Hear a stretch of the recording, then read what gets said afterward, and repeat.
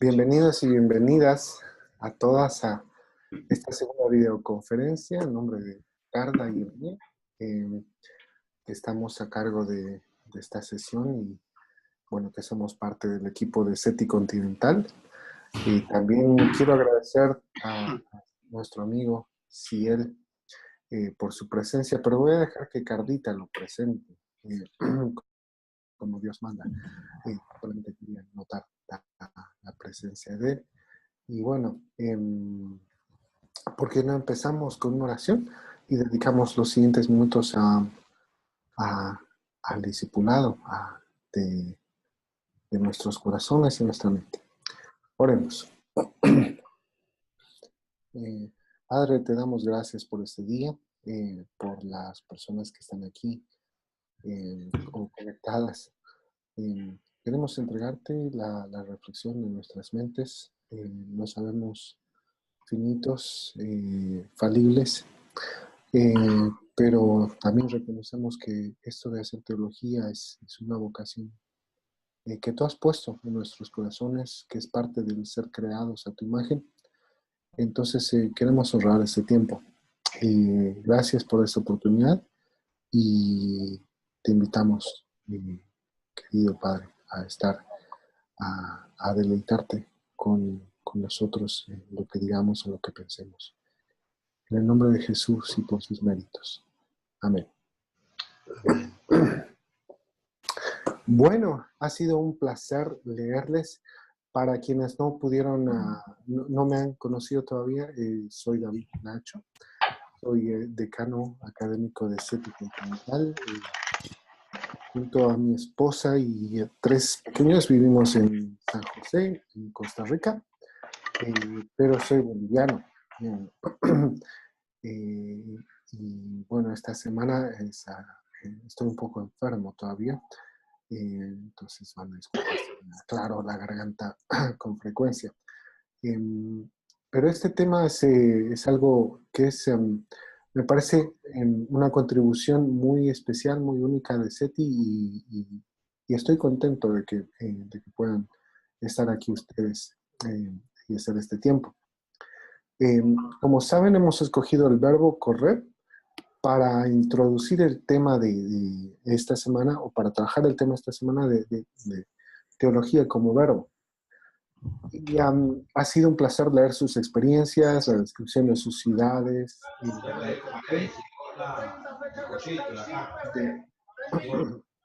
vez los que no estén hablando pueden mutear. Eso, gracias. Entonces, ha sido un placer leer sus experiencias, las descripciones de su ciudad, de lo que han sentido al ejercitarse. Y vamos a profundizar mucho más en esto del correr. Cuando pasemos al tiempo de exposición y de conversación con Ciel, vamos a tener tres momentos: la preparación, el recorrido y la llegada. Pero quería, antes que repasemos un poco lo que hemos visto esta semana, y esta frase que está ahí en sus pantallas, todas la pueden ver, ¿no? En la que dice, en la práctica de la resurrección, es de Eugene Peterson. Y creo que resume muchísimo de lo que queremos tocar en este día. Y del por qué abordamos este tema de correr. Entonces, lo voy a leer yo para agilizar la cosa. En la práctica de la resurrección no se puede experimentar nada ni participar en nada independientemente del cuerpo. La forma, dedos, pies, ojos y orejas y lengua. En la práctica de la resurrección nada ocurre independientemente de los elementos con los que trabajamos. La tierra y el barro para dar forma a vasijas y jarros, piedras y madera para construir casas e iglesias. Sustantivos y verbos para transmitir sabiduría y conocimientos. Algodón y lana para confeccionar ropa y cobijas, espermatozoides y óvulos para hacer bebés. Buenas obras. El trabajo es una forma genérica de encarnar la gracia. Toda la espiritualidad cristiana es una exhaustiva encarnación. En Jesús sin duda, pero también en nosotros.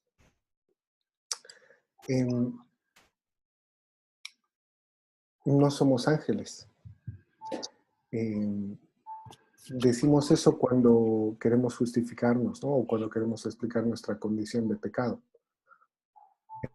Pero si entendemos un poco más profundamente esta frase, no somos ángeles, nos damos cuenta de que nuestra condición de seres hechos a la imagen de Dios es algo que maravilla a los autores bíblicos, eh, que, que incluso mencionan que es el hombre o el ser humano para que te acuerdes de él. Lo has hecho poco menor a los dioses. Dicen, entonces, ¿qué es lo que somos? Somos pura gracia, somos puro don. La creación es don y nosotros somos don, con todo lo que somos.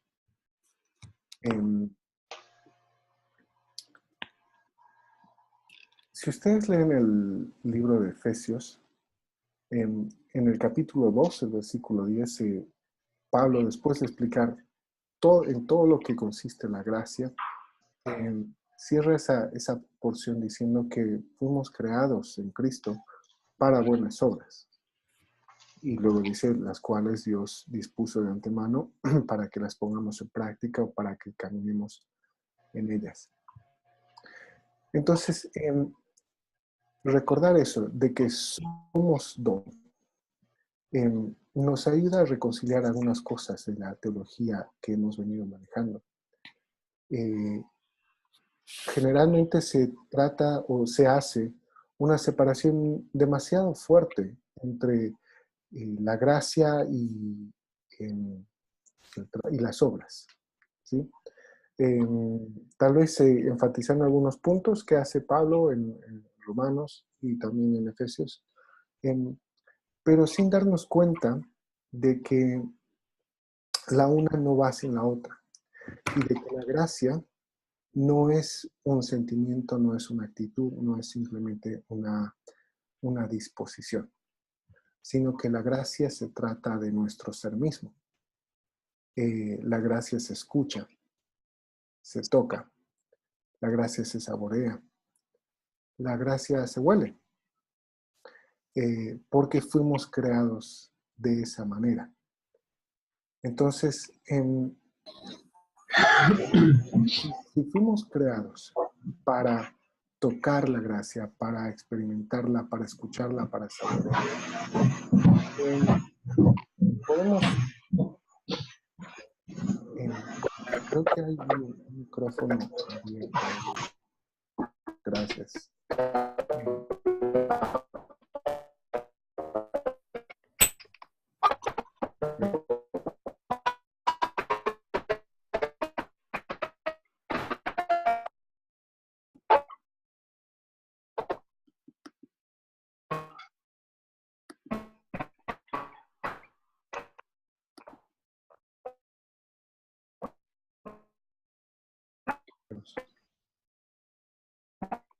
¿Me escuchan todos bien?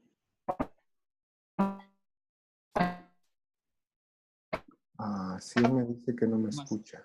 Más o menos, más o menos. A ver, ¿ahora me escuchan? Yo lo escucho. Yo lo escucho, Nacho. ¿Sí? Ok. Bueno, continuemos.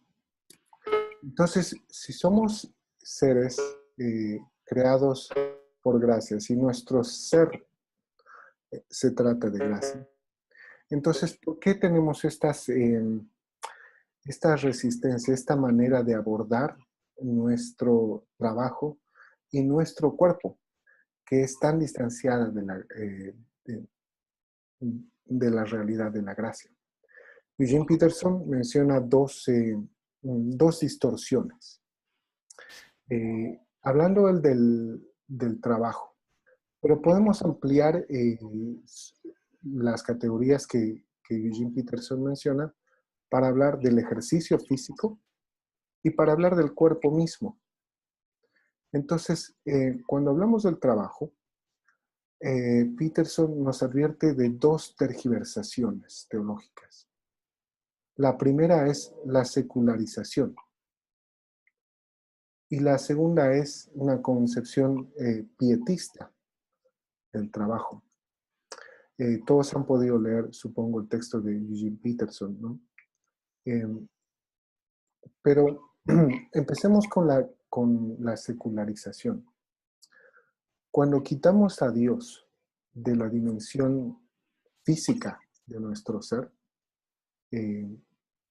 terminamos con una idolatría al trabajo, con una idolatría al cuerpo, con una idolatría al placer, con un culto al cuerpo. El cuerpo se reduce al erotismo. Y esto tiene diversas manifestaciones. Sé que en las culturas de nuestros países podemos identificar rápidamente cómo esto se manifiesta. Entonces, la reacción tradicional a esa secularización ha sido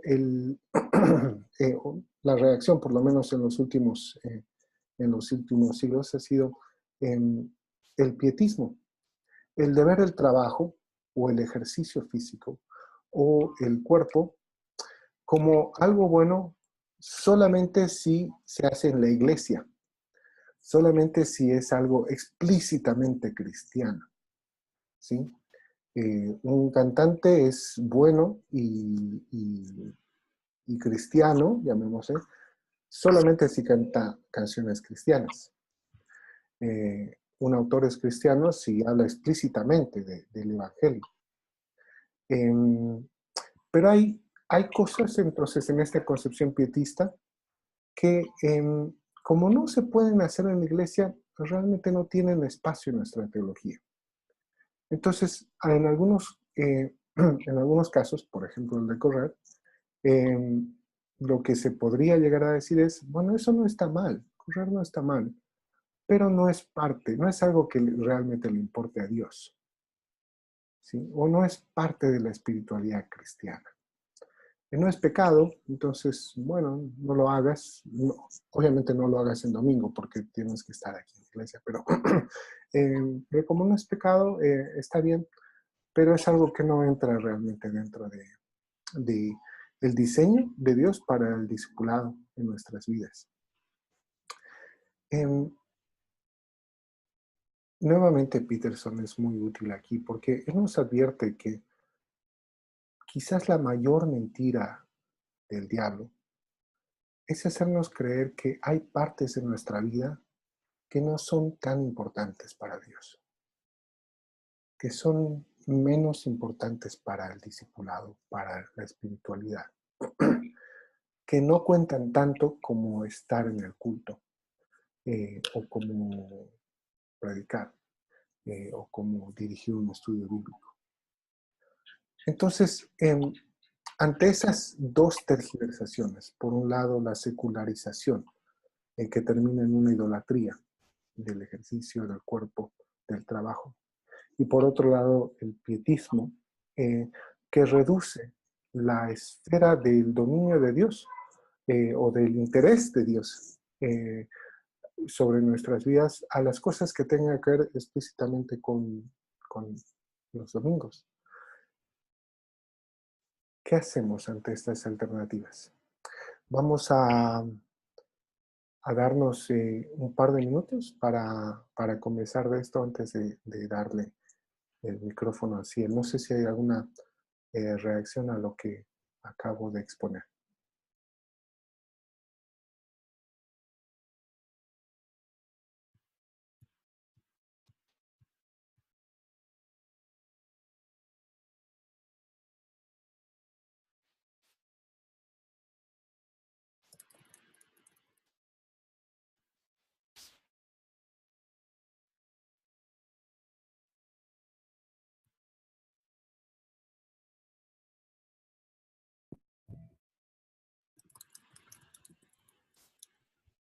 ¿Están tímidos o no me entendieron?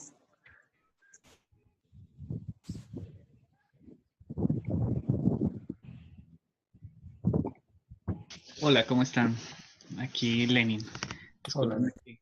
quité el video, mientras que aquí me trajeron un platico de comida.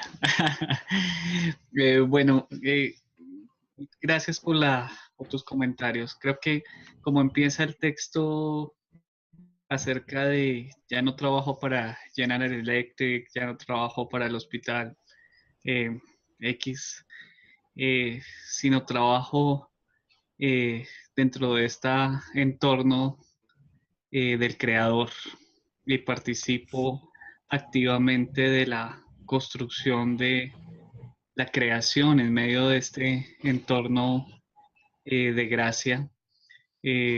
Especialmente para mí fue muy liberador. La semana pasada pues compartí con todos pues hablando eh, un poco del tema medioambiental, que pues trabajo en una organización que produce toneladas de plástico y claro, he llevado un conflicto bastante grande en ese sentido. Pero como empezó este texto, empezó a darme unos visos de luz muy grande porque me permitió pensar por qué el Señor pues me tenía justamente en este espacio como tan complicado y que me genera tantas luchas. Y pensé en el ejercicio de mi cuerpo eh, en medio de esa gracia que se transforma en un Dios visible a través, digamos, de mi cuerpo. Y pensé un poco en mis actitudes en relación a este mensaje que me fue encomendado en el trabajo. Y bueno, pude entender claramente mi lugar en este espacio y entender un poquito más en concordancia cuál es el propósito de que esté allí, ¿no? Pudimos hablar con algunos ingenieros ambientales sobre algunas de sus reflexiones en torno a lo que se hace más visible porque flota en el agua y es el plástico, ¿no? Ellos me hacían reflexiones acerca de el manejo del cartón y bueno, otro tipo de materias primas que no son tan visibles, pero que generan también un gran impacto desde el punto de vista ambiental. Entonces, gracias por, digamos, ayudarme a entender un poco más este ejercicio del Dios invisible que se hace visible a partir de los hechos concretos de su creación y me he podido reconocer justamente también como eso, como creación del Señor y una extensión de su gracia. Entonces, es bonito porque digamos que hablaban un poco acerca de lo que sana el discipulado y creo que en mi vida en particular ha empezado a ser un efecto sanador y bueno, pues allí estamos proclamando pues estas buenas nuevas y bueno, es una oportunidad poderlo ver desde adentro. Ese es básicamente mi aporte. Gracias. ¿Alguien más?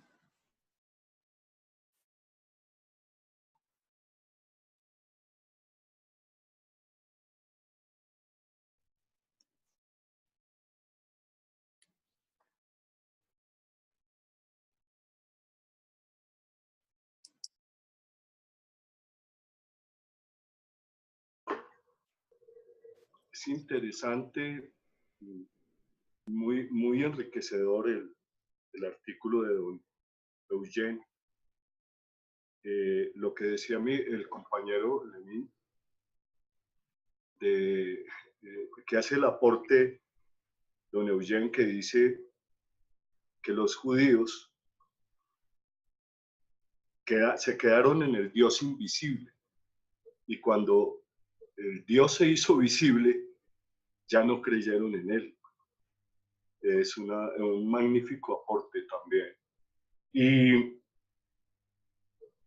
es interesante también el hecho de que la creación, la última palabra que dice es que Dios es que es extremadamente buena. Y por lo tanto, ¿cómo hace el parangón con el libro de Efesios que dice, somos creados para buenas obras, para experimentar al que hizo las cosas en extremo buenas? ¿Cómo es como el reto de que cada acontecer diario, sea familiar, sea en la misma expresión que dice don Eugene, que es una característica del ser humano, las palabras, bien dichas o mal dichas, nosotros lo debemos manifestar en nuestras palabras, en nuestros hechos, porque somos la creación cumbre de Dios, tanto la dama como el varón. Y también ese artículo de María es muy hermoso, muy hermoso. Ofrecer su vientre, y la trata como una teóloga. Ver a María, no lo había imaginado así, a María como una teóloga, pero en el Magnificat, como lo describe como una metáfora, el cantar y el bailar y el recitar es muy enriquecedor. Ese es mi pequeño. Muchas gracias, Jaime. Tienes razón, el artículo de Valdir es, bueno, todo el librito ese, si alguna vez se tiene la oportunidad de comprarlo, hacer teología junto a María, es una joya teológica y literaria. Así que les animo a leer. Es de lo mejor que se ha producido en Latinoamérica. Carla, voy a darte el micrófono a ti para que nos ayudes a conocer un poquito más a nuestro gran amigo Ciel. Buenas, hola a todos y a todas. Vamos a presentar a un amigo muy querido, conocido por varios de los que estamos acá. Ciel es pastor de la Iglesia Metodista Libre en Sao Paulo y es también director académico del Seminario Teológico Siervo de Cristo en la misma ciudad. Ciel estuvo involucrado, como varios lo conocemos, en el movimiento estudiantil, sirviendo por más de 30 años y dando visión, dando liderazgo como secretario general para América Latina y, por supuesto, a nivel global también. Ciel es casado con Solange y tiene 3 hijos. Y además, Ciel es maratonista. Forma parte de un equipo de corredores en su ciudad y él ha extendido la oficina pastoral a las calles de asfalto también, de muchas ciudades. Y nos ha ayudado a los que hemos tenido la oportunidad de correr con él, no solo a sumar kilómetros, sino también a sumar vida, a través de conversaciones intencionadas y bien enriquecedoras. Muito obrigada, mestre, pela sua contribuição conosco. Bienvenido, Ciel.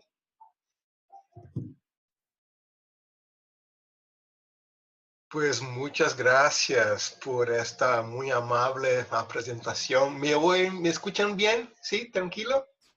Muy bien. Entonces, buenas noches, hermanos y hermanas. Es un gustazo poder compartir con ustedes un poco de esta metáfora de las carreras y del discipulado cristiano, de esta nueva manera de comprender la vida cristiana, la teología cristiana, con este marco muy conectado con la creación, con la dimensión corporal.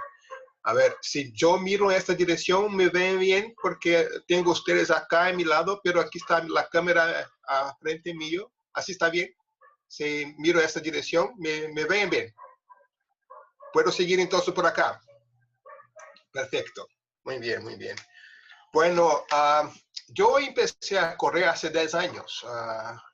Cuando llegué a la edad de 47 años, descubrí que mi discipulado cristiano estaba muy divorciado entre mi dimensión física con la dimensión espiritual y mental.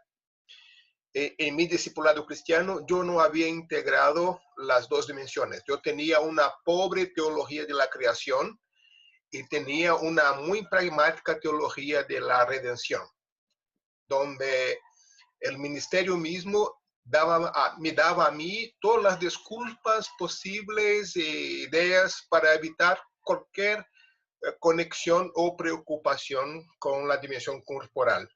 Entonces, ese divorcio, ese marco de referencia teológico que divorcia la teología de la creación con la teología de la redención, me hizo daño, me puso en riesgo de salud. Entonces, Dios utilizó no a un ángel, pero a un médico que vino hasta mí y me dijo, mira, hombre, tienes que cuidar de tu salud, tienes que cambiar tu estilo de vida. Y luego, pensando en eso, en el cuidado físico, entonces empecé a caminar, porque en este entonces, por las enfermedades que tenía yo, todavía estoy, parece que cayó la conexión. Te escuchamos bien, perfecto. ¿Me escuchan? Yo no les veo acá. Se fue el Zoom. A ver, es como... ¿Me ven o no me ven? Pero escucha. Perfecto. Te escuchamos Okay. y te vemos muy bien. Ok. Entonces, lo que pasó fue que yo traté de ponerme a reflexionar sobre mi concepto de discipulado cristiano y cómo conectar mi percepción de la teología de la creación con la teología de la redención. Entonces, yo percibí que con los muchos años de ministerio y los muchos años en la vida cristiana, yo me vi frente a una pregunta. Si yo a los 47 años y a los 30 años de ministerio casi, si yo todavía era enseñable o no. Y yo, como discípulo de Cristo, ser enseñable es una característica permanente. O sea, debemos siempre seguir aprendiendo de nuestro maestro, ¿no? Pero yo quería una señal externa a mí, un criterio externo a mí para saber si yo soy enseñable o no, porque yo podría creerme enseñable, sí, pero ser un autoengaño. Creerme que era enseñable, pero no había ninguna manifestación externa de que de hecho yo era enseñable. Entonces, yo empecé a caminar y a prepararme para correr como una señal externa a mí de que sí soy enseñable. Entonces, cuando empecé, porque utilizaba un bastón por mi exceso de grasa, tenía mucho dolor en las espaldas. Entonces, yo empecé caminando. Y tuve que aprender a caminar, tuve que aprender a comer, tuve que aprender a descansar, tuve que aprender a tomar agua, a hidratarme. Toda una serie de cosas que hacía naturalmente, pero lo hacía de manera equivocada. No descansaba bien, no me hidrataba de una manera correcta, no me alimentaba de la mejor manera en los tiempos correctos, con los alimentos correctos. Y todo eso me llevó a una situación de colapso. Entonces, parte de mi discipulado fue, ok, hay que reencontrarme con la teología de la creación y yo mismo tengo que ser un buen mayordomo de mi propio cuerpo, de mi propia vida, como primera vocación que tengo en expresión de seguir a Jesús, ser un buen mayordomo de mi vida personal, porque ese ha sido el primer regalo que Dios me dio, que fue la vida, ¿no? Luego la redención, la salvación, pero me dio primero la vida, ¿no? Entonces, esta decisión de correr ha sido una decisión de utilizar la dinámica del ejercicio físico como una señal externa, un control externo de una decisión interna, de una idea de reconciliar en mi ministerio, en mi vida cristiana, la teología de la creación con la teología de la redención. Entonces, siguiendo aquí el rotero, la ruta que me ha sido propuesta de 3 etapas, pensando un poco en prepararnos, pero antes de decir prepararnos, yo quiero decir un poco que las carreras es una escuela de la humildad. Uno tiene que aprender a ser muy humilde, porque cuando uno se prepara, la humildad se manifiesta en la disposición de ser guiado por un hermano mayor, por una persona más experiente. Una persona que te enseña a cómo debes caminar, a cómo debes correr, a cómo debes alimentarte, cómo debes hidratar tu cuerpo. O sea, para mí, a los 47 años, ha sido toda una redescubierta de volver a aprender a comer, a descansar y a tomar agua, siendo guiado por alguien. Yo pensaba que a los 47 años ya sabía cómo comer, ¿no? Y lo comía bien, ¿no? ¿Qué significaba descansar? ¿O qué significaba tomar agua, hidratarme? Entonces, en la carrera, la primera etapa de la escuela es la humildad de ser guiado por alguien. Luego, después, en el camino, la dimensión de la humildad se manifiesta en no compararse con nadie más. Cada corredor tiene su propio ritmo. Cada corredor tiene su propia capacidad física. Cada corredor tiene sus propios blancos. En la carrera mismo, uno casi siempre se pone en comparación, situaciones de comparaciones con otros. Ese es un gran riesgo porque tú no tienes el cuerpo del otro, entonces no puedes correr la carrera del otro. Lo que pasa a tu lado tiene la mitad de tu edad o tiene doble de tu edad, ¿no? El último maratón que yo corrí, una señora de 75 años me pasó, faltando como 10 metros de la línea de llegada, me pasó la señora de 75 años. Y yo vi la televisión y pensé que era por mí, pero no era por mí, era por la señora que tenía 75 años que estaba me pasando, faltando unos pocos metros para llegar a la línea de llegada. Y fue increíble, la señora con tanta fuerza y vigor, con casi 30 años más que yo, pero pasó por mí tranquila, ¿no? Entonces, la humildad se manifiesta en el percurso, en no compararse con nadie, tener claridad sobre aquel que está llamado a hacer, sus condiciones y hacer lo que tiene que hacer. Y al fin, en la llegada, la humildad se manifiesta en que el hecho de haber logrado terminar un maratón no me hace apto inmediatamente para empezar otra. Yo necesito 4 o 5 meses para prepararme de nuevo para un otro maratón. O sea, no es cumulativo. Una experiencia de éxito en el pasado no se acumula en mi cuerpo, en la memoria física, para decir, ok, ahora no hace falta entrenarme más, no hace falta cuidar del descanso, porque ya he terminado unas 8, 9, 10 maratones, es tranquilo hacer. No, cada maratón es un maratón, todo el proceso de nuevo. Entonces, es una gran escuela de humildad, tanto en la preparación como en el camino, como en la llegada, esta dimensión de correr, ¿no? La escuela que el cuerpo da a uno, ¿no? Y parece que esa dimensión de la humildad es algo muy necesario también en nuestra experiencia como discípulos de Cristo en toda nuestra vida, ¿no? Entonces, en términos de la preparación, la primera etapa, yo tengo unas frases que me guían en esa etapa. Por ejemplo, en este momento yo estoy preparando para el próximo maratón, que será el día 30 de julio. Entonces estoy en todo un proceso de prepararme para la próxima carrera. Y la frase que me guía en este momento es que mi visión de futuro disciplina mi presente.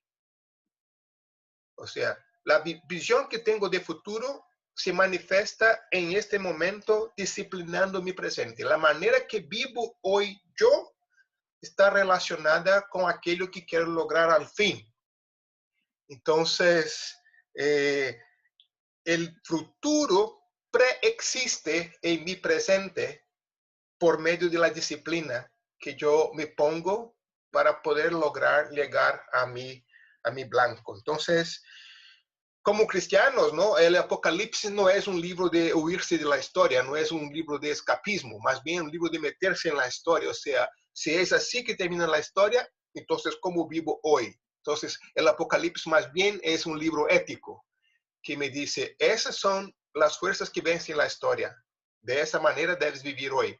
Debemos vivir hoy de tal manera que refleja la realidad de los nuevos cielos y de la nueva tierra. O sea, nosotros somos las nuevas criaturas del nuevo cielo y de la nueva tierra. El nuevo cielo y la nueva tierra todavía no lo tenemos, pero las nuevas criaturas de este nuevo cielo y nueva tierra sí ya lo tenemos acá. Entonces, son los valores de este nuevo cielo, son los valores de esta nueva tierra que me anima como cristiano a vivir como nueva criatura en Cristo en este momento.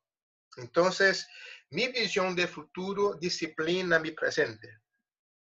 Por ejemplo, en la preparación es necesario reorganizar la vida. Si yo tengo que despertar como mañana, me voy a despertar a las 5 de la mañana para salir a entrenarme. Porque tengo que estar a las 6 en la pista, la pista para correr. O sea, hay todo un cambio de prioridades, hay todo un cambio de estilo de vida, porque yo necesito reorganizar mi vida en función de este blanco. O sea, hay un manejo intencional de tiempo, hay un manejo, un cuidado muy intencionado con la alimentación, con el descanso, porque el descanso es tan importante cuanto la práctica deportiva. Si uno no descansa bien, pierde todo el entrenamiento que ha hecho.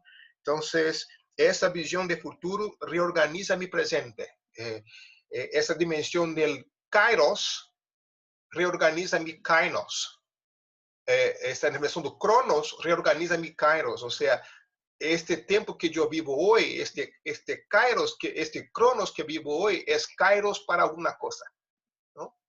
Entonces, la manera de reorganizar la vida. La otra cosa es que, debido a mi visión de futuro, yo tengo que seguir un plan muy estricto. O sea, yo recibí de mi entrenador un plan con un cierto volumen de capacitación, de entrenamiento, y yo debo seguir a cada día este proceso.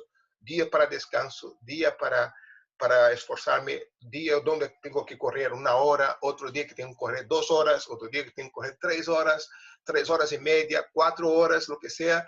Yo tengo que seguir este plan para preparar mi cuerpo para este esfuerzo. O sea, nadie se mete en una carrera sin prepararse. Nadie llega así nomás para correr 42 kilómetros o más sin prepararse. Los que hacen así ponen su vida en serio riesgo, ¿no? Hay que seguir una preparación, hay que seguir de comienzos sencillos que van ganando densidad, ganando complejidad a lo largo de la capacitación, ¿no? En este momento de la preparación es importante una nueva percepción de límites. O sea, yo estoy 10 años mayor de cuando empecé a correr el maratón. Entonces, mi cuerpo no es más el mismo cuerpo de 10 años atrás. Ahora yo tengo que escuchar de nuevo mi cuerpo, siempre para saber reconocer cuáles son los nuevos límites, las nuevas posibilidades, las nuevas limitaciones, ¿no? Escuchar al cuerpo. En la preparación es siempre muy importante aprender con los más experientes, ¿no? Entonces, yo siempre corro en equipo con mis amigos más experientes, porque ellos me ven a mí y yo no me veo a mí mismo. Entonces, por ejemplo, a veces yo tengo señales de cansancio que yo no percibo por la adrenalina muy alta, pero ellos sí perciben. Y me veo perdiendo sal, me veo con el semblante un poco pesado y dicen, mira, si te hace falta agua, te hace falta un poco de proteína, te hace falta alguna cosa, y yo tengo ahí donde buscar y tomar agua, comer alguna cosa, porque en esta etapa está corriendo con hermanos, con amigos, compañeros, ellos me pueden mirar a mí y apoyarme en este proceso, porque yo no corro con un espejo mirándome para ver cómo estoy, ¿no? Sencillamente corro. Entonces es importante tener un grupo de personas que me ayudan a saber si estoy haciendo bien lo que se supone que tengo que hacer, ¿no? Y tengo que respetar límites. Cada entrenamiento es una carga más pesada, son más kilómetros o más tiempo. Entonces, siempre, cada día yo me choco con mis límites. pero la manera como encuentro esos límites, tengo que encontrarlo con sabiduría. De otra manera, me puedo lastimar si no respeto a los límites, ¿no? Es importante reconocer los límites. Y ahí tener el equipo con apoyo, con su percepción y el estímulo.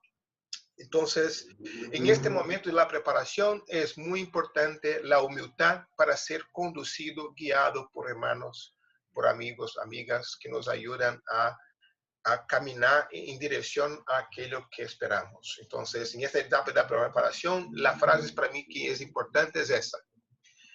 Mi visión de futuro disciplina mi presente. Luego, vamos para el camino.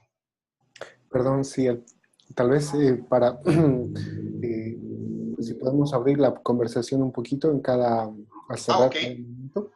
Entonces, quería responder a 2 o 3 cosas que mencionaste. Uno es eso de los límites. Y pensarlo dentro si bien es una metáfora, podemos pensarlo como una realidad muy ignorada en el discipulado, y especialmente entre aquellas personas que ejercemos algún tipo de liderazgo, ¿no? En la iglesia. O sea, tal vez nuestras peores equivocaciones como siervos, como compañeros, es porque no reconocemos nuestros límites. Creemos que porque estamos haciendo algo bueno, podemos hacerlo sin descansar. Y cuántas veces nos hemos lastimado o hemos lastimado a alguien que queremos demasiado por no reconocer eso, ¿no? Otra cosa que me hacía pensar mucho es esto de que a veces contemplamos esto del discipulado como algo de llanero solitario, de que se hace, digamos, eres tú y Jesús, ¿no? Y ese momento a solas que tienen los dos en las mañanas. De eso se trata el discipulado. Pero esto que mencionas de necesitar un equipo para asegurarte de que la cosa sea posible, hacerlo es tan vital. Lo tercero es esto de la visión del futuro disciplinando nuestro presente. Bueno, en este curso uso bastante material de Eugene Peterson, que creo que tú y yo lo reconocemos como maestro. Y algo que él menciona al hablar de formación espiritual o de dirección espiritual, dice, cuando he aceptado ser director espiritual de alguien, hago 2 preguntas iniciales. ¿Cuáles creen que son esas preguntas? Y la gente dice, bueno, ¿cómo está tu vida de oración? O cuéntame de tu relación con el Señor y ese tipo de cosas. Y él dice, no. Las 2 preguntas que hago es, para iniciar un proceso de formación espiritual, es ¿cuántas horas duermes? ¿Y a qué hora comes?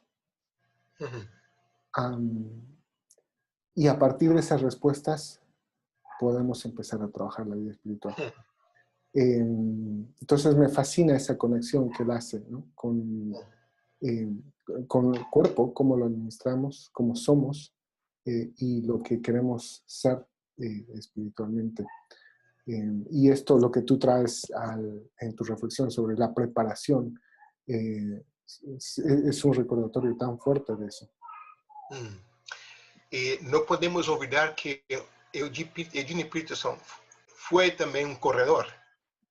A los 50 años corrió el maratón de Boston. El maratón de Boston es uno de los más difíciles porque uno tiene que correr para cada edad hay un pace establecido. O sea, Eugene Peterson a los 50 años corrió 42 kilómetros en un pace de 4 minutos y 50 por kilómetro. Esto es fenomenal. Es un absurdo para alguien con mi ritmo, para que sepan, con mi ritmo, yo solamente sería aceptado en el maratón de Boston a los 90 años, con 90 años, ¿no? Que es 6:30. Y Eugene Peterson con 50 años, ¿no? Logró, ¿no? Entonces, esas preguntas que hace él son muy, muy pertinentes. La otra cosa que quería comentar es que yo tuve un mentor que me decía lo siguiente, que un señal de madurez en el liderazgo cristiano es aquel que conoce sus límites. Reconocer sus límites es la señal de madurez en el liderazgo cristiano. Un líder cristiano que no reconoce sus límites no todavía llegó a la madurez. Es necesario llegar a reconocer sus límites, ¿no? Y eso de llanero solitario es muy interesante. Cuando Pablo en 2 Corintios 5, 7:5 menciona que estaba en Macedonia con luchas por fuera, temblores por dentro, dijo, y Dios que consuela los abatidos me consoló con la llegada de Tito. No dijo que me consoló con la llegada del Espíritu Santo. Él percibió que la visita de Tito era una iniciativa de Dios, del propio Espíritu, para consolar a uno. Entonces, la presencia de otro hermano es importante, ¿no? O sea, muchas veces nosotros somos pastores, pero no somos pastoreados. La pregunta es, ¿qué nos pone en situación así? ¿Por qué no somos cuidados por alguien? ¿No? De hecho, ¿queremos que alguien nos conozca a nosotros o preferimos que no? ¿No? Entonces, muchas veces decimos, no, es que no hay nadie que me quiere mentorear. Muchas veces la lucha es interna. De hecho, no queremos ser conocidos de muy cerca por alguien, ¿no? Entonces, no sé si seguimos o si hay otras preguntas por ahí.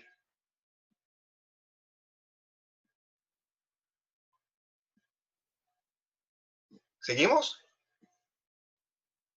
Ok. La segunda etapa del camino, las frases que me guían en este proceso es las siguientes frases. Nuestra humanidad no está en contra a nuestra vocación. Lo que está en contra a nuestra vocación es nuestra mundanalidad. O sea, la dimensión de pecado, no nuestra humanidad. Nosotros no somos como tuberías vacías que Dios utiliza. Nuestra humanidad es algo por lo cual Dios utiliza, trabaja para servir. Entonces, en el camino uno descubre que nuestra humanidad no está en contra de nuestro blanco, a nuestro propósito de servir a Dios, ¿no? Entonces, en el camino me parece que una de las grandes luchas que tenemos es la capacidad de controlar nuestra ansiedad. Lo que pasa, en la carrera nosotros entrenamos como unos 60, 70 kilómetros por semana para correr un maratón de 42 kilómetros. Los maratones empiezan muy temprano, empiezan 6 de la mañana, 6:30 de la mañana. Entonces uno está descansado, viene entrenando por un largo periodo y a las 6 de la mañana está muy descansado. Entonces, ¿qué pasa? La tentación es empezar corriendo más fuerte, con mucho más rapidez y velocidad de que de hecho debemos, porque estamos descansados, la temperatura está buena, entonces la ansiedad nos hace querer ser más veloces. El problema es que hay una ley en las carreras. Para cada minuto que corremos más veloces en los comienzos de la carrera, nos van a faltar 2 minutos al fin. Entonces, es muy común que en el kilómetro 30 nuestra energía se acabe. En el 35 se dice el muro. ¿Por qué? Hemos corrido, es como combustible, ¿no? Llenamos nuestro tanque, pero que aceleramos demasiado, nos va a faltar combustible en el final de la carrera. Entonces, hay que controlar la ansiedad para llevar en cada etapa haciendo exactamente como hemos entrenado. Podemos estar listos, con disposición y con fuerza para sermos más veloces, pero nosotros entrenamos un cierto ritmo, un cierto pace. Hay que mantener eso. Entonces, y controlar la ansiedad, porque la gente pasa por nosotros, ¿no? Lo que hago yo en las carreras de maratón, siempre soy el último, porque cuando soy el último en la salida, en los comienzos, yo solamente ultrapaso a la gente, nadie me ultrapasa. Entonces me siento muy bien por ultrapasar a la gente y no ser ultrapasado por nadie. Entonces, siempre está la ambulancia y yo estoy frente a la ambulancia. Soy el último siempre. Y ahí empiezo poco a poco, paso por 1, por 2, por 3, por 4, siempre mirando para que la ambulancia no me pase a mí, ¿no? Porque eso sería una mala señal. Pero la idea es que hay que controlar la ansiedad. Entonces, en el camino, el gran peligro es la comparación. También en el discipulado cristiano, compararnos con otros, compararnos con aquello que Dios está haciendo en la vida de otros, de una manera desvalorativa, no es una buena cosa. Tenemos que estar atentos a aquello que Dios está haciendo en nuestras propias vidas, mantener nuestro foco y seguir con la mente fija en la mirada, siguiendo la dirección. Entonces, es importante en el camino calma para controlar la ansiedad, para hacer exactamente como hemos entrenado. Es necesario perseverancia para seguir, porque a veces en la carrera llueve, viene mucho viento, mucho sol. El maratón de Madrid, la carrera empezó a las 5:30 de la mañana con 4 grados. Cuando era lá por las 10 de la mañana, ya estaba a 29 grados. O sea, la temperatura fue subiendo, subiendo, subiendo, subiendo, subiendo. Y eso implica que como cambió el clima, cambia la manera de correr. Entonces la gente va sacando ropa, hay que hidratarse más. Entonces hay rutas con muchos aclives y declives. Uno siempre piensa que subir es más difícil que bajar. Es todo lo contrario, bajar es más difícil que subir, porque uno tiene que bajar frenando. Entonces, el impacto en la rodilla, el impacto en la pierna, el impacto en el piso es siempre más peligroso. Hay que tener mucho cuidado para bajar. Entonces, subir es más fácil. A veces correr en una gran recta es muy doloroso porque siempre utiliza la misma musculatura, los mismos músculos todo el tiempo. Entonces, hay que saber lidiar con el dolor, con las presiones, con los cambios. Uno siempre tiene un plan A, un plan B y un plan C para correr, para poder lograr llegar hasta el fin, ¿no? Y correr según las reglas para no ser desclasificado y la dirección correcta, ¿no? Entonces, aquí, de nuevo, la humildad es no compararse a nadie, pero seguir con foco en aquello que has preparado a hacer, sabiendo que nuestra humanidad, nuestra fragilidad, nuestro dolor no está en contra de nuestra vocación. Nuestro pecado sí, nuestra mundanalidad sí, pero no nuestra humanidad.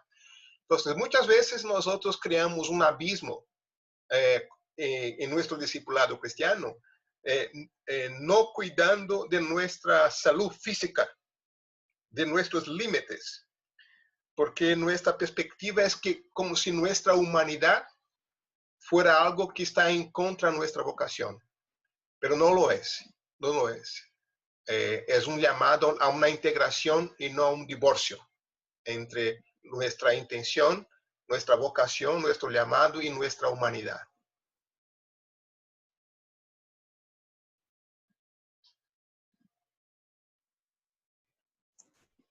Gracias, Ciel. Me pregunto si alguien aquí también corre con frecuencia y podrían agregar algo sobre esta parte, el recorrido. O si quieren traer a memoria el ejercicio que han hecho esta semana de salir a correr o caminar.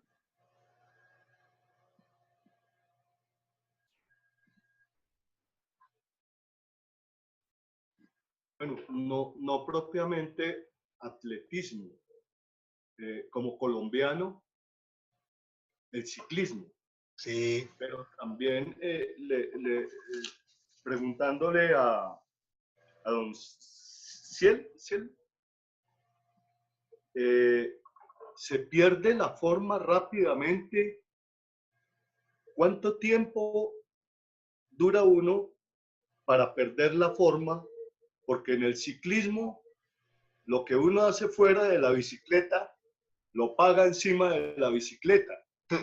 Supongo que en el atletismo debe ser lo mismo, pero esa disciplina, si usted va a correr una maratón, bueno, creo que la media maratón son 20 y pico de kilómetros, entonces, ¿cómo comparar esa disciplina y cómo se pierde esa forma con el pecado? ¿Cómo lo ve usted? ¿Cómo lo administra usted?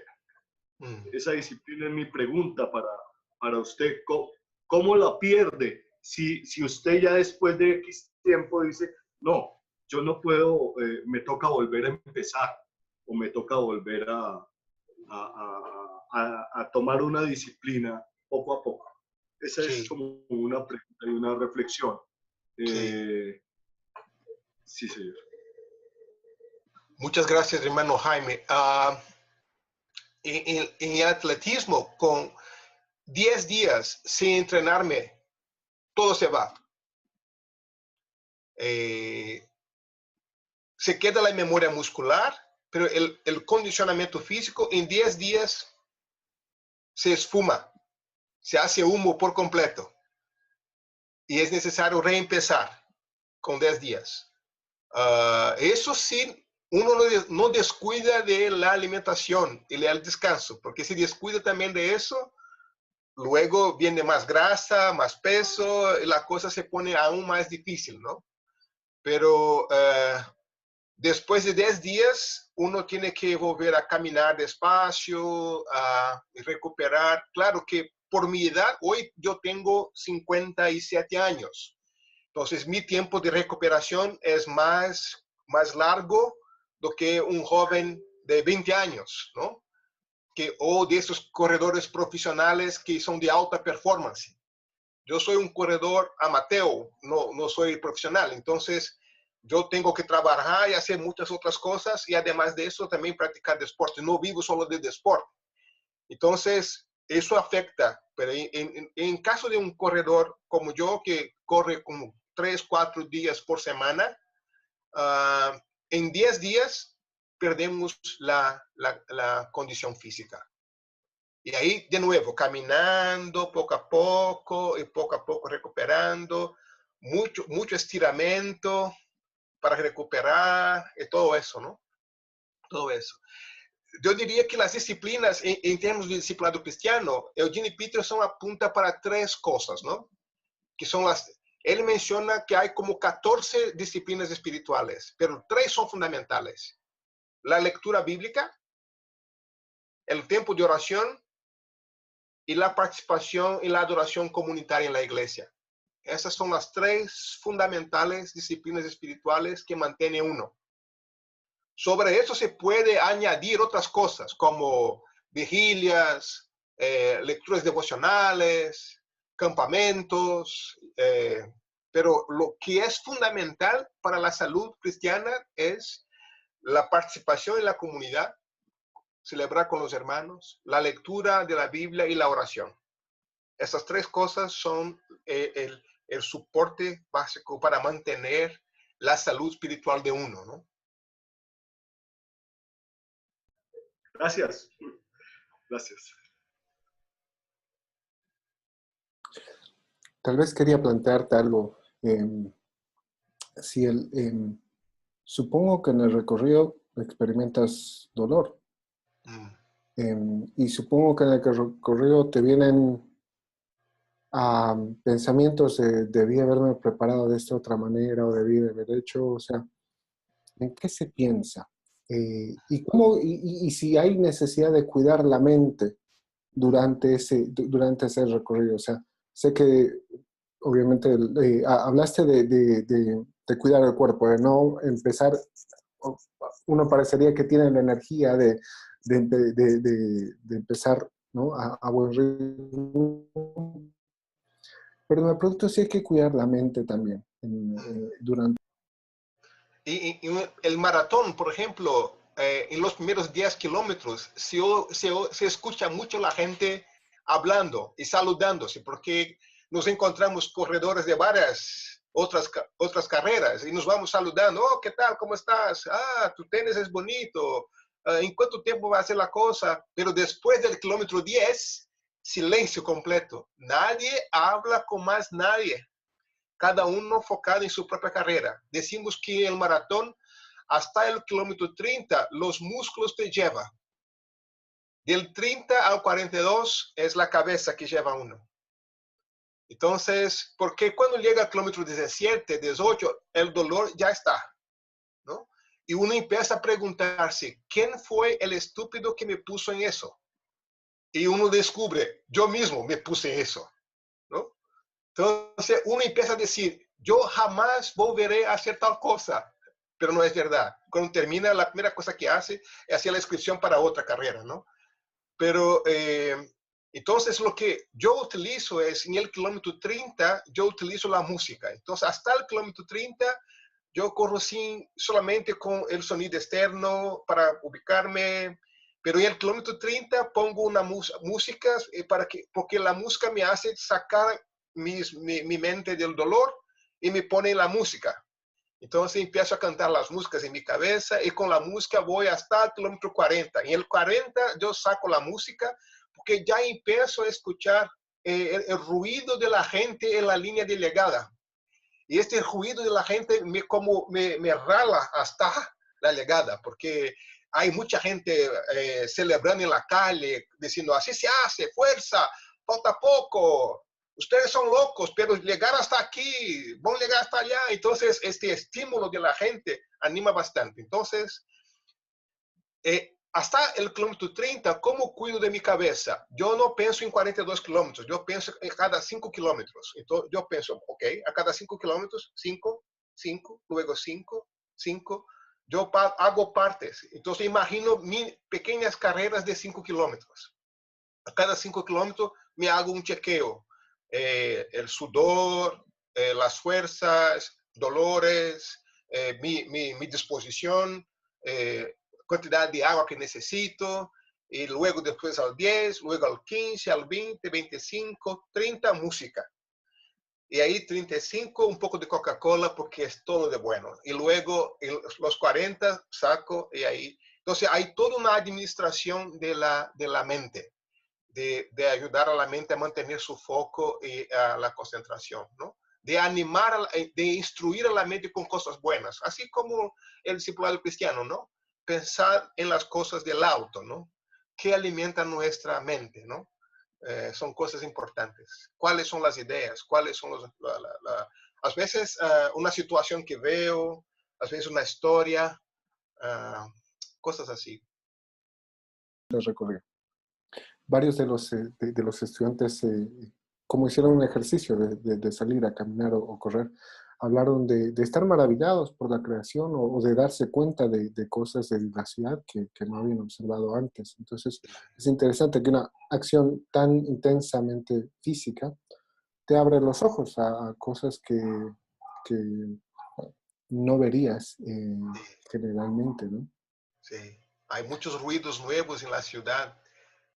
Ver el nacer del sol es una cosa muy hermosa. Y encontrar a la gente a esta hora en la calle, algunos corriendo, hacer amistades. No hay un solo día que yo me voy a correr sin que alguien me pregunte del Evangelio. Todas las carreras, la gente que ya me conoce se acerca para pedir oración, consejo, orientación, me hacen preguntas bíblicas. En estos 10 años nunca hubo un entrenamiento donde alguien no me hiciese ese tipo de preguntas así. Es impresionante. Yo predico más en los entrenamientos do que el púlpito de mi iglesia. Qué genial. Y esto, bueno, a no ser que haya otra persona, para cerrar esto del recorrido, es una cosa tan absolutamente física y quería rescatar lo que decía Jaime sobre Valiri y de pensar en María como teóloga y a partir del cuerpo. Y una de las razones por la que esto es importante es que debemos dejar atrás, me parece, la idea de que a Dios se lo conoce principalmente cognitivamente, o lo conocemos acá. Pensaba que, y esto al correr, te das cuenta de que respiras, o de cómo respiras, ¿no? Sí, claro. El hecho de ser creados, después de que nuestro cuerpo humano fue creado, moldeado, lo primero que sucede con nuestro cuerpo es Así. respirar. Es lo primero que sucede con nuestro cuerpo. Y es una cosa tan de adentro, pero tú sabes, en la narrativa bíblica, la palabra para aire, de recibir aliento, es la misma que de recibir el espíritu. Sí. Entonces, eso nos abre ventanas a considerar nuestra respiración, cada respiro, teológicamente, para ver nuestro cuerpo como el lugar en el que conocemos a Dios, Sí. porque fue creado, fue moldeado por Él, y lo dirían los salmistas, Eso. es el vientre, ¿no? Sí. Y esto de la actividad física, si no lo secularizamos, si no lo vemos tan pietistamente, puede ayudarnos a entender esa parte de la... Claro, claro. Y de además, este aire es una evidencia externa de la vida como una dádiva. Uno recibe. Hay unos rabinos antiguos decían que el nombre de Dios, que no es pronunciable, no es reconocido, como el sonido del nombre de Dios, del tetragrama Yod-He-Vah-He, que como no se conoce, algunos rabinos antiguos decían que el sonido del nombre de Dios es el mismo sonido de la respiración. Que la primera cosa que el ser humano hace cuando nace es respirar. O sea, la primera cosa que el ser humano hace cuando nace es orar el nombre de Dios. Y la última cosa que uno hace de nuevo es orar el nombre de Dios. Hace como 3, 4 meses, mi entrenador me pidió que diera una palabra devocional a mi equipo en un sábado por la mañana. De sorpresa, sí. De la nada dijo, mira, si tú eres nuestro pastor acá, diga alguna cosa para nuestro equipo. Y yo no tenía como preparar un sermón de 3 puntos en este momento, ¿no? Entonces pensé, ok. Entonces les conté la historia de ese concepto judío del aire como expresión, como una oración. Que la primera cosa que hacemos cuando nacemos es orar al nombre de Dios, y la última cosa que hacemos es orar al nombre de Dios. Y para los corredores, el aire es el combustible. Entonces, ellos luego pensaron, eso quiere decir que yo oro todo el tiempo. Si tú mismo como un pagano ateo, miserable pecador, oras todo el tiempo el nombre de Dios. Y mi sorpresa fue que muchos empezaron a llorar. Sencillamente a llorar. Porque nunca había imaginado que tenía una conexión tan cercana con Dios como esa de que unos pensaban, yo nunca me fui a la iglesia, yo nunca oré en mi vida, nunca hice una oración, pero cuando respiro yo oro, sí, porque recibes este aliento, este aire que viene de Dios, ¿no? Entonces, hasta la fecha hay gente muy impactada por ese concepto judío primitivo del aire como, el sonido del aire como el sonido del nombre de Dios, ¿no? ¿Seguimos? Gracias. Sigamos. Digo, ok. Entonces, en la llegada, vamos para la llegada nosotros también, ¿no? ¿Sí o no? Como has dicho, en la carrera sí hay dolor y hay mucha alegría. La alegría se va en el kilómetro 15, y ahí el dolor empieza. Pero cuando llegamos en la línea de llegada, hay una reconciliación entre el dolor y la alegría. Hay mucho dolor físico, pero la satisfacción de haber logrado llegar y cumplir y llegar a meta es una sensación muy, muy importante, es una fenomenal, solamente quienes han cruzado la línea de llegada saben lo que significa cruzar una línea de llegada. Es muy difícil compartir el significado. Es una emoción muy grande, viene mucha cosa en la cabeza, mucha cosa en el corazón. Es muy común que personas caigan en profundo llanto en este momento. Algunos, cuando sencillamente ven la línea de llegada, ya empieza a llorar y viene llorando los últimos 500 metros. Porque es todo un sueño, toda una expectativa, toda una historia de vida que en aquella línea se completa. Entonces, yo siempre digo que en la línea de llegada el dolor y la alegría se reconcilian. Por eso es que da ánimo para meterse en otra carrera después, porque si uno piensa solamente en el dolor, jamás quiere regresar. Pero la alegría de la llegada es algo fenomenal, ¿no? Entonces, hay una dimensión de celebración, pero también hay una dimensión de evaluación, de aprendizaje. Hay una dimensión de mirar hacia atrás y decir, mira, llegué hasta aquí. Hay algo distinto que he aprendido en esta carrera que debo tomar en cuenta para la próxima. En la preparación, en la manera como organicé mi alimentación a lo largo de la carrera, en la manera, en términos de las ropas que utilicé, de los tenis que utilicé, de los carbohidratos que utilicé, en fin. Hay toda una dimensión de evaluación, de aprendizaje, ¿no? Una dimensión, una invitación a respetar el descanso. Es un descanso activo. O sea, no es un descanso de sencillamente largar tu cuerpo por nada, no. Es un descanso intencionado y activo en ese sentido. Es una calma activa, donde uno descansa de manera intencional para prepararse para las próximas etapas, ¿no? Entonces uno reconoce, hay que reconocer cambios, hay que reconocer límites, hay que reconocer lesiones importantes, porque cada una de las carreras no son iguales. Yo, por ejemplo, ya corrí el maratón de Río de Janeiro 7 veces. Es la misma ruta, el mismo kilometraje, pero nunca ha sido la misma carrera. Corriendo en el mismo sitio, la misma ciudad, la misma ruta. Yo tengo memorizado cada centímetro de la ruta, pero nunca ha sido la misma carrera. El clima cambia, mi condición física cambia, la situación cambia, y en cada una de las 7 yo he aprendido cosas distintas. Entonces, yo diría que la humildad en la línea de llegada es de prepararse para reempezar el proceso, de no confiar en las glorias del pasado. Quien vive de glorias del pasado son museos, nosotros no. Y muchas veces nosotros contaminamos la próxima etapa de nuestra vida basado en la experiencia de las glorias del pasado. Hay que reconocer que lo que pasó, pasó, pero aquí hay que empezar de nuevo. Una lección muy importante fue cuando yo dejé el movimiento brasileño para asumir el liderazgo continental en Latinoamérica. El secretario regional de Latinoamérica en aquel entonces me llamó y me dijo, mira, Ciel, una lección que debes tomar en cuenta. Brasil, Latinoamérica no es Brasil.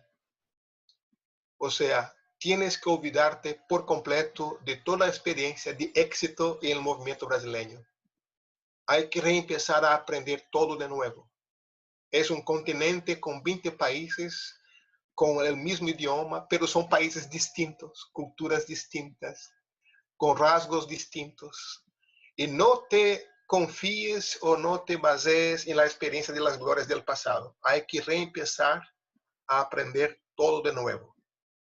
Eso fue tal vez la palabra más apropiada para aquel momento, de reempezar este nuevo ministerio, esta nueva dimensión de ministerio. No juzgando o evaluando mi experiencia con base en el pasado, pero abriéndome para aprender y no a poner la experiencia en Latinoamérica en las cajas de mi experiencia anterior que había tenido en el movimiento brasileño, ¿no? Entonces, la llegada nos da esa percepción, ¿no? De qué bueno que hemos concluido la etapa, pero cuando se concluye una etapa, se abre espacio para una nueva etapa. Y hay que de nuevo empezar a aprender, hay que de nuevo empezar a hacer lo básico, a empezar de lo sencillo, no confiado en las glorias del pasado, ¿no? Manteniendo las lesiones, la experiencia, pero sabiendo que es una nueva etapa, ¿no?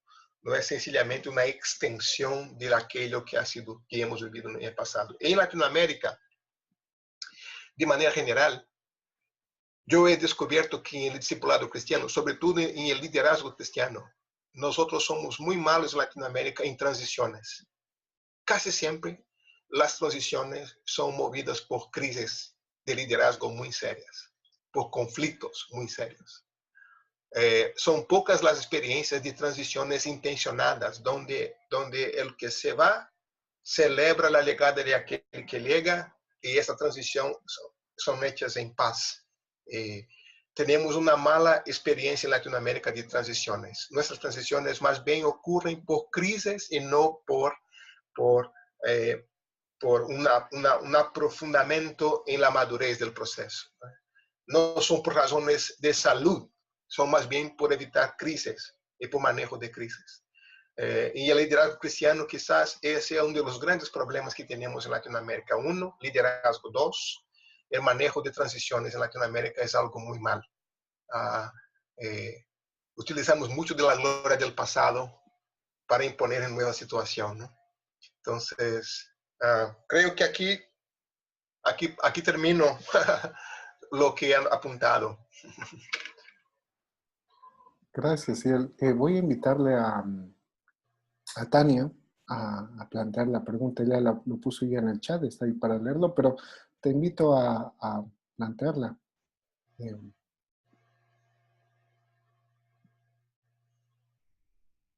Usando el micrófono.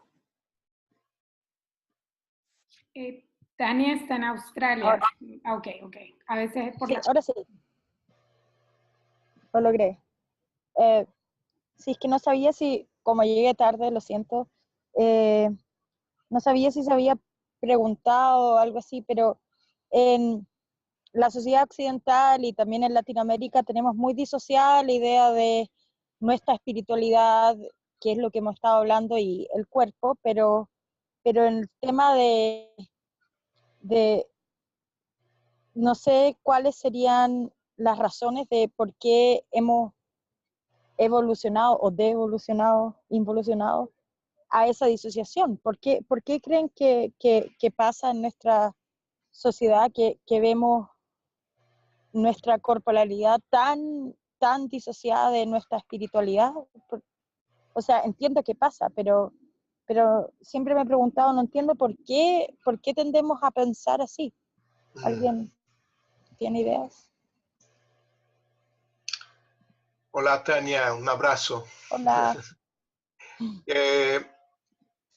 Yo sospecho que el problema viene del divorcio que hemos creado en la teología de la creación con la teología de la redención. Tenemos una muy débil teología de la creación en Latinoamérica. Casi que nuestras vidas empiezan en la práctica en Génesis 3. No nos ocupamos bien de Génesis 1, Génesis 2, y somos muy salvacionistas en ese momento. O sea, empezamos con todos pecaron. Y ahí empezamos nuestra Biblia, ¿no? Pero la Biblia empieza en Génesis 1.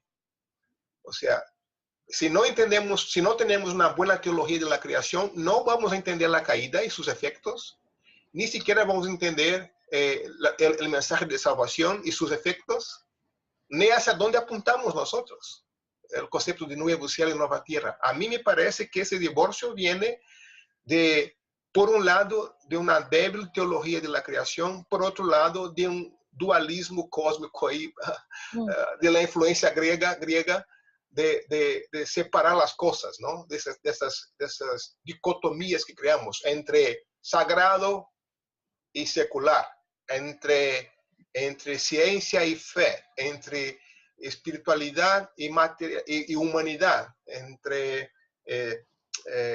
fe cristiana y artes. Y creamos muchos divorcios. Entre obra y gracia.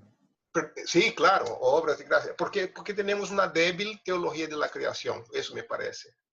No sé lo que otros hermanos piensan sobre eso. Y hermanas, ¿no?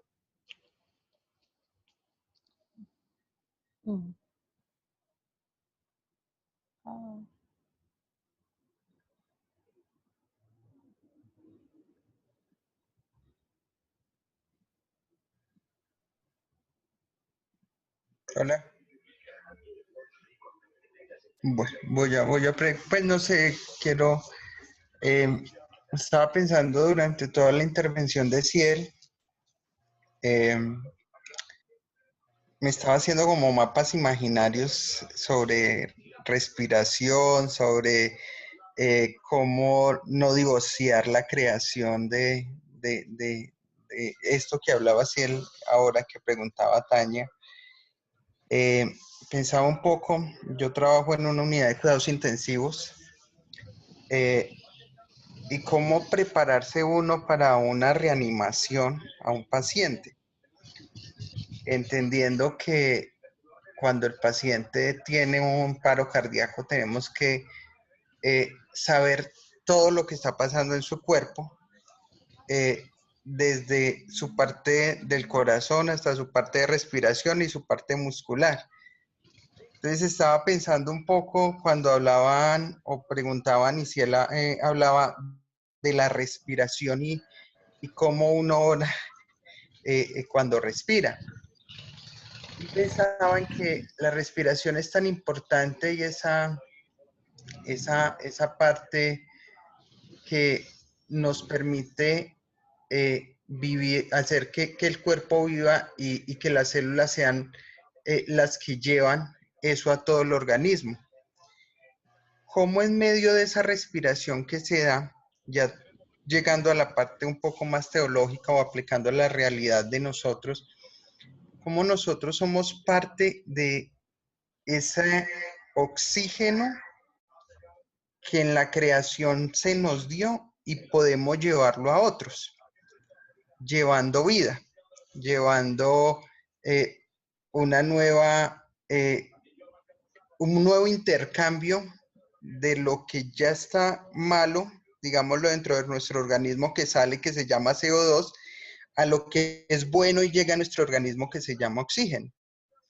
Me parecía muy interesante cómo no podemos ir separando las realidades y tenemos que integrar todo lo que hay en nuestro alrededor y en nuestras situaciones, que es lo mismo que pasa. Entonces, hacemos un entrenamiento previo, un primer punto que decía Ciel, corremos la carrera y al final llegamos a una meta y hacemos una evaluación.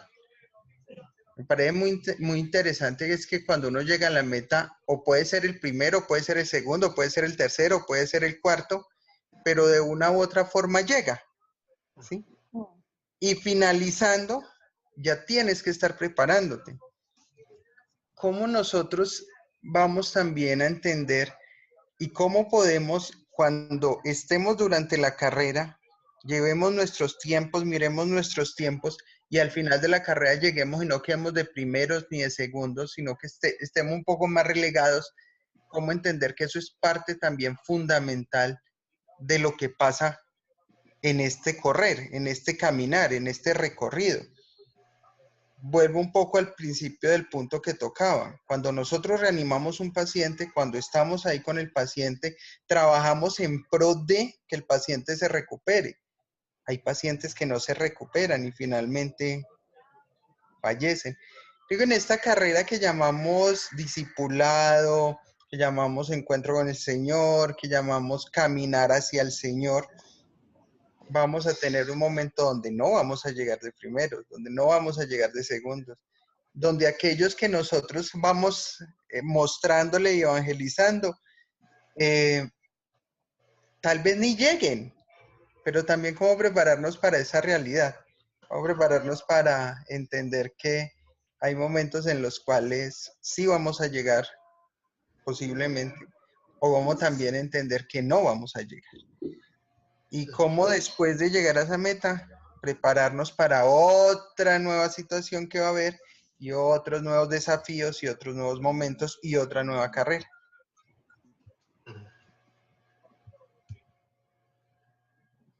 Así es, así es.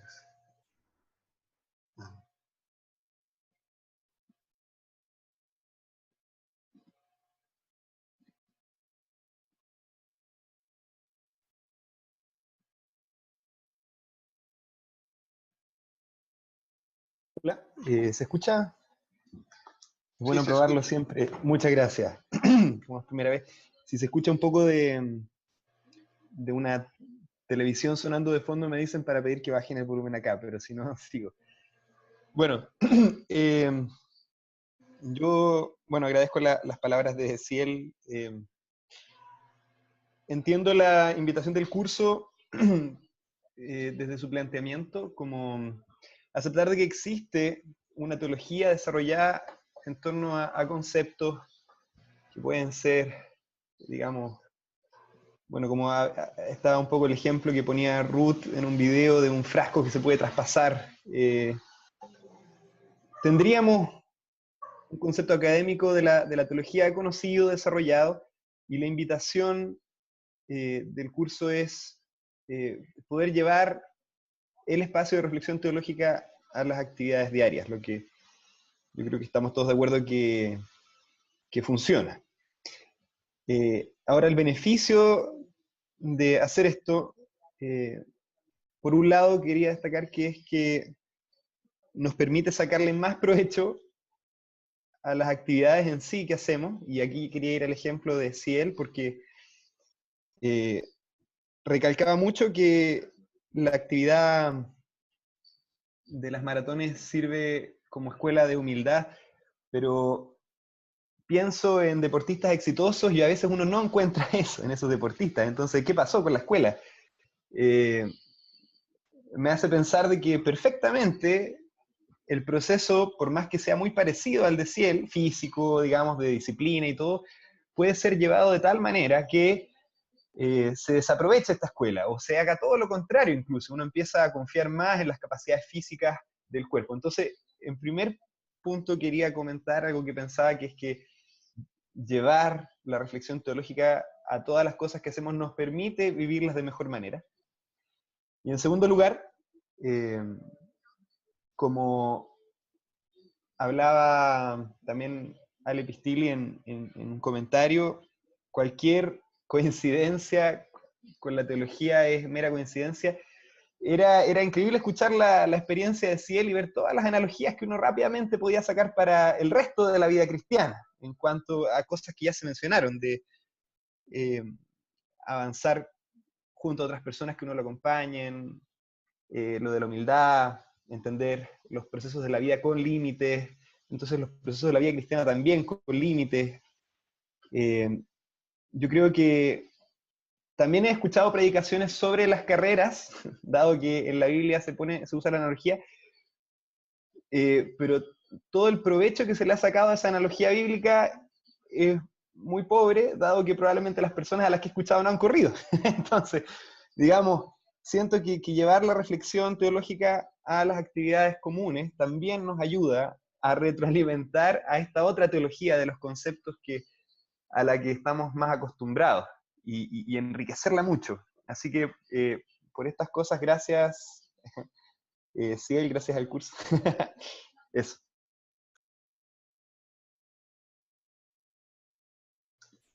Fabuloso, fabuloso. Excelente. Sí, sí, verdad que sí, hay maneras distintas de correr, ¿no? Uno puede correr por vanagloria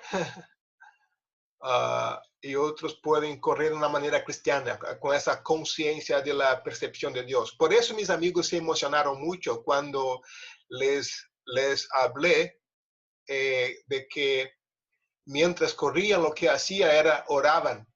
Y muchos ni siquiera daban cuenta que tenía una relación con Dios. Y yo les pregunté, pues, ¿de dónde viene el aire que ustedes reciben? ¿No? Y entonces, y unos empezaron a considerar, ¿y por qué yo he estado negando a Dios todo tiempo si lo que hago cuando respiro es decir su nombre? Sí, sí. Pero hay otros atletas, esos atletas de grande desempeño, de alta performance, que estão mais preocupados com sua própria glória, não? Pero creo que el texto de Filipenses 2, ¿no? De Pablo, cuando dice Filipenses 3, corro, dejando las cosas que pasaron, mantengo mis ojos hasta llegar a recibir, a conocer a Cristo, ¿no? A seguir a este proceso. Yo no tengo muy bien la citación en español, así que yo cuando voy al texto bíblico me viene en la memoria el texto en portugués, ¿no? Correr en dirección al blanco, ¿no? A la soberana vocación.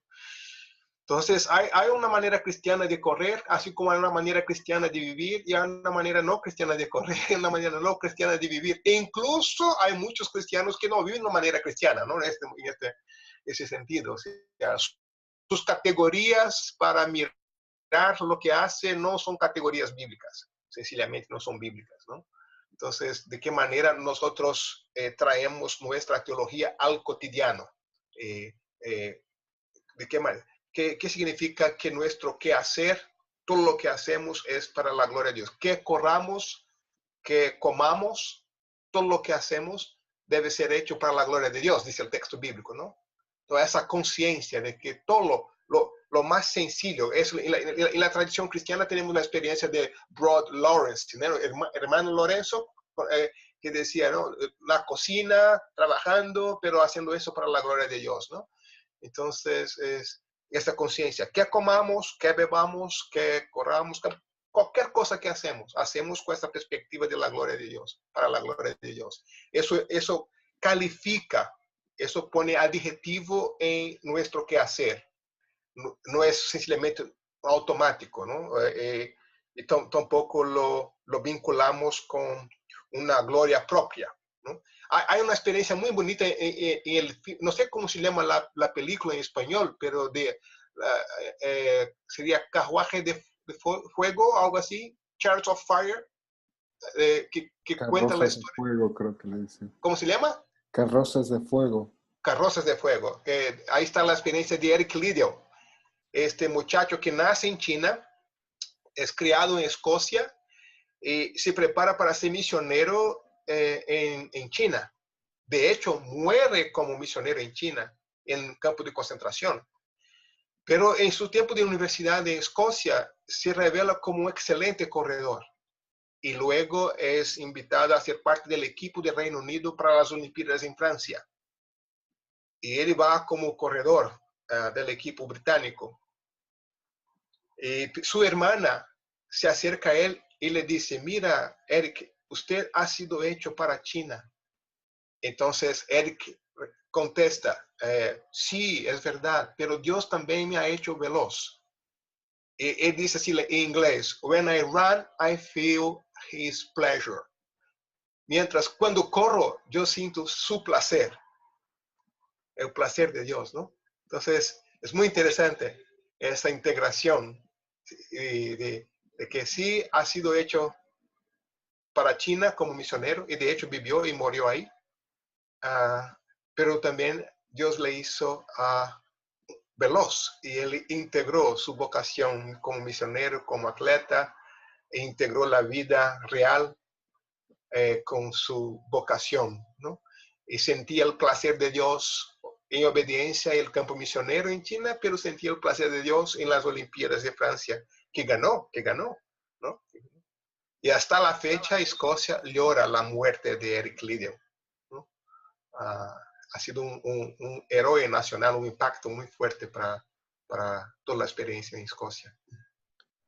Muchas gracias, Ciel. Realmente qué placer ha sido escucharte, y gracias a todos y todas por este tiempo que es breve, pero que debemos sí, honrar el compromiso y cerrar aquí. Cristo es la meta, Cristo es el camino también. Y la perseverancia, el poder llegar, no es el resultado de nuestra mera determinación. Al final es el resultado de la fidelidad de Dios. Entonces, gracias a todos y todas. Sí, el Señor te bendiga mucho, y pues que sigas corriendo y que podamos utilizar cada respiración, cada respiro como una oración, como un reconocimiento de la presencia del Señor en nuestras vidas, incluyendo el cuerpo. Gracias y buenas noches a todos y todas. El Señor les bendiga. Un placer, un abrazo.